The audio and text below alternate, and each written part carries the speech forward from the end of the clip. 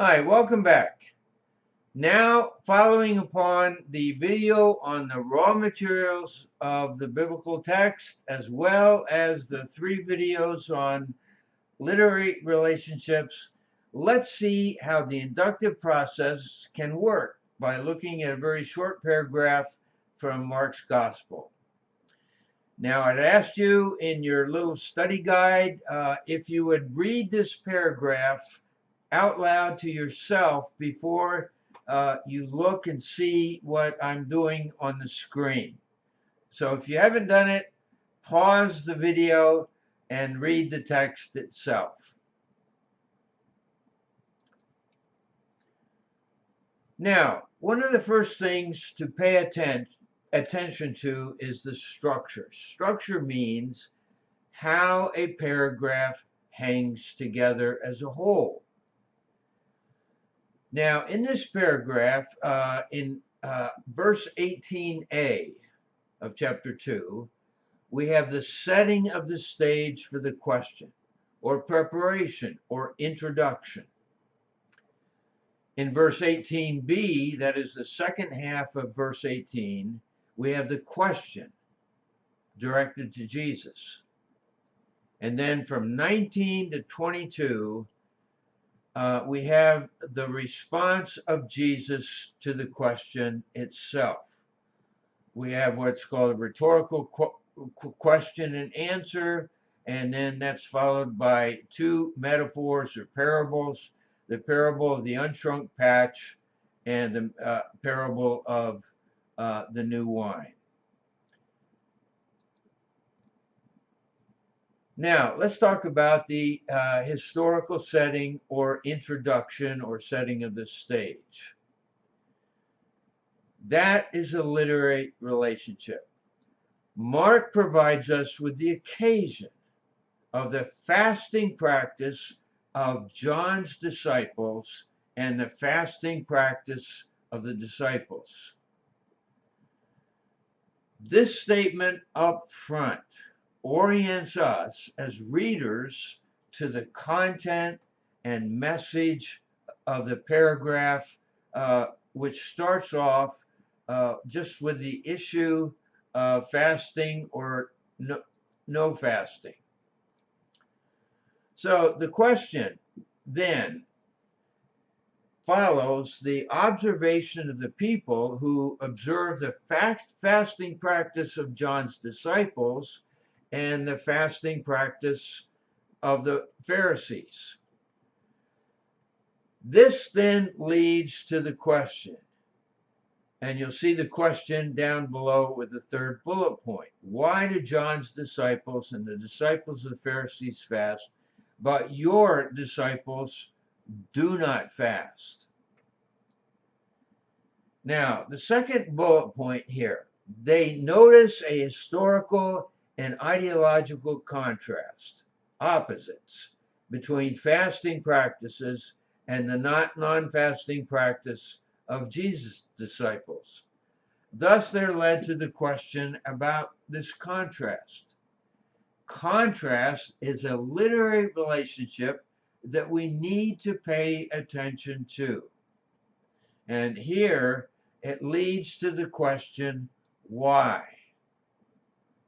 And the question is directed to Jesus.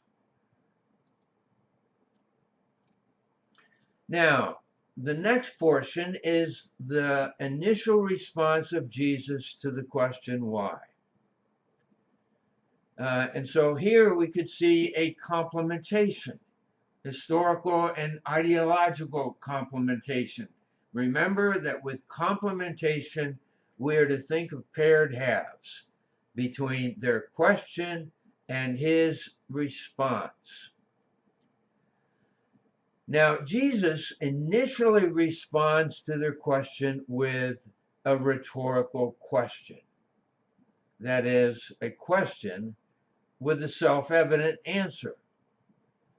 Jesus asks a self-evident question that wedding guests don't fast when the bridegroom is with them. This is something that's just not done. Now, a side comment here. A mournful fasting and drab clothing in a joyful celebration, like a wedding, is just about as welcome as rain on a Sunday afternoon outdoor church picnic. It's not welcome. It doesn't fit. It's out of place. It doesn't fit the occasion. And with a thunderstorm, the church picnic is somewhat over as people retreat to their cars.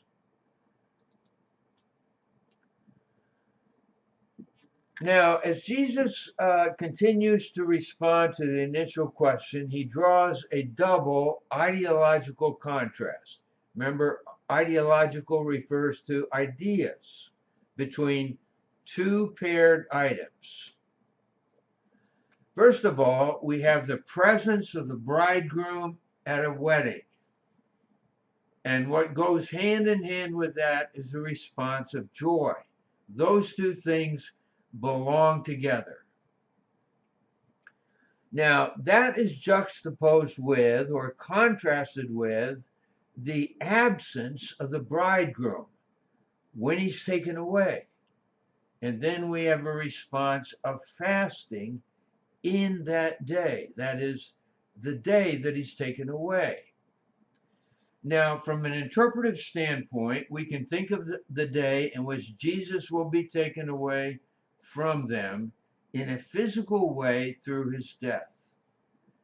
Then sorrow and fasting and mourning may well be expressed as a result with the absence of the bridegroom.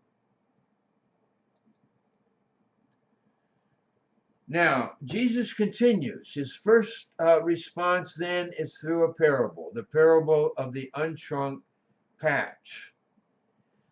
In the first of the twin parables, and these two parables are really paired in this paragraph, we can notice two important literary relationships or observations. First of all, there's an ideological cause-effect relationship between sewing an unshrunk patch on an old garment and the subsequent tearing with a worse tear. So we're dealing with sewing something that is old, new with something that is old, and then subsequent tearing. The tearing is the effect. And we can also notice an ideological continuity in terms of the need for consistency between the old with the old and the new with the new. Otherwise, when there is a mixing together of the two things, bad things result. It's important here to see that new patches shrink with their initial washing, while old garments don't shrink. They've already been washed and have shrunk. All right, let's continue. In the first of the twin parables, we notice here the important observations. A cause-effect relationship as well as a continuity. Now, in a broad way, we can notice a real ideological continuity or similarity between the two metaphors or parables expressed by similar or identical thoughts. We have a repetition of the terms old and new in both parables.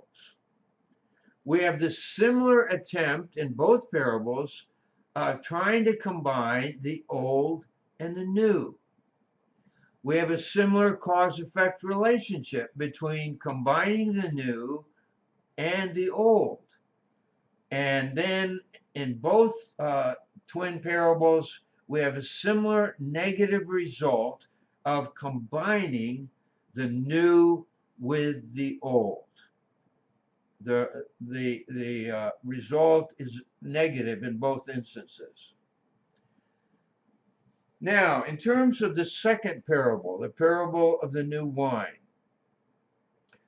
Jesus' second metaphor expresses the same truth. And again, we have two similar observations. We have an ideological cause-effect relationship between putting new wine into old wineskins and the destructive effect. We have the bursting of the skins. And then we also have the loss of the wine. Those two things happen. The wineskin tears, and then the wine is poured out on the ground. Then we also have a literary relationship of continuity in terms of the new that must match the new and the old that needs to match the old. Otherwise, there will be loss, not only of the wineskins, but the wine as well. And again, we need to understand the fact that new wine ferments. And as it ferments, it grows and creates internal pressure. And the old wineskins are not able to expand with the pressure of the process of fermentation. Again, there's the need to relate the second metaphor with the context as well as the question.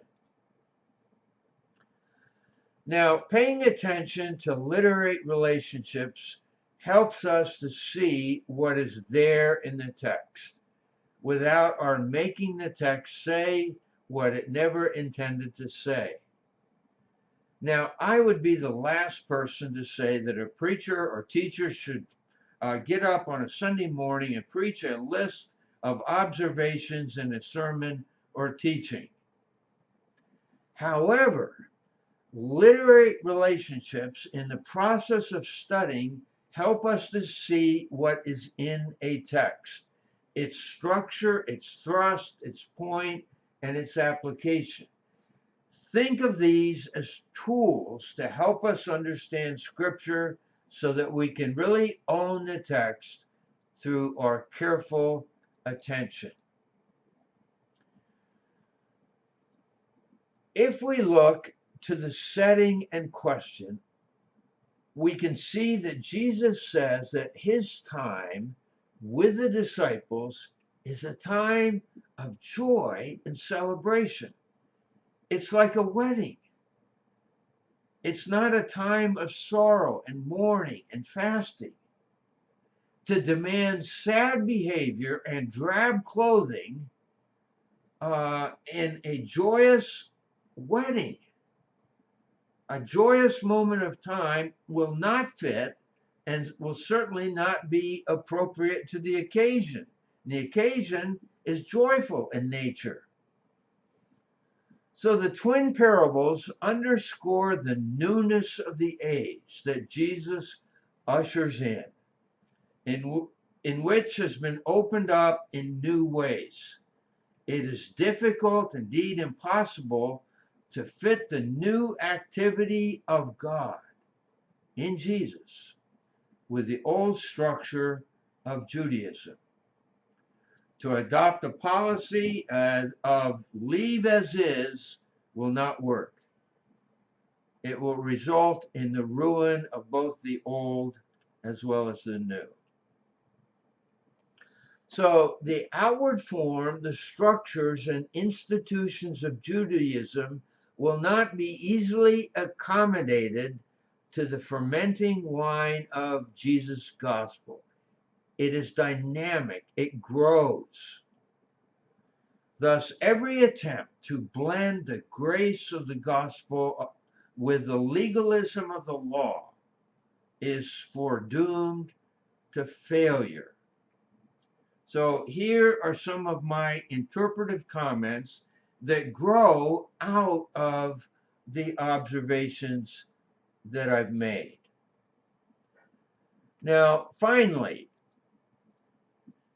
let me share with you just my own, perhaps feeble attempt to provide a modern day parable in our 21st century context in which wineskins and sewing patches on old garments, etc., may not be something that we're familiar with on a day-to-day basis.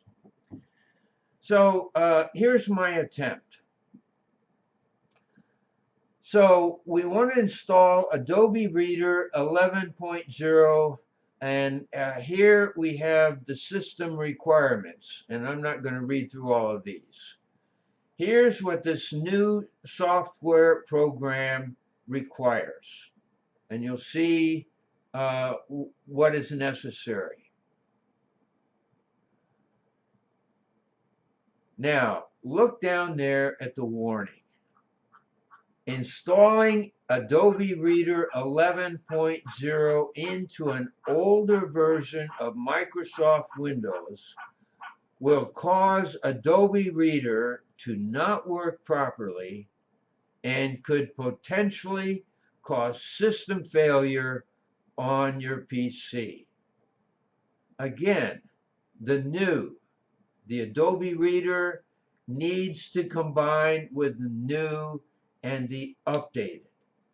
And if you try to combine the new program with the old system, it can result in the ruin not only of the Adobe software, but also the ruin of your computer.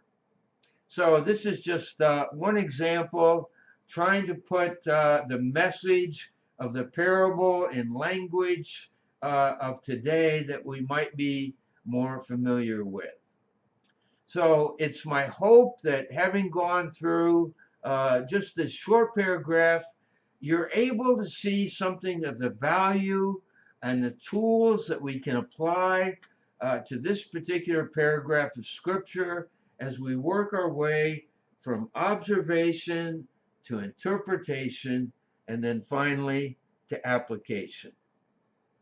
Thanks so much, and I hope it's been helpful to you.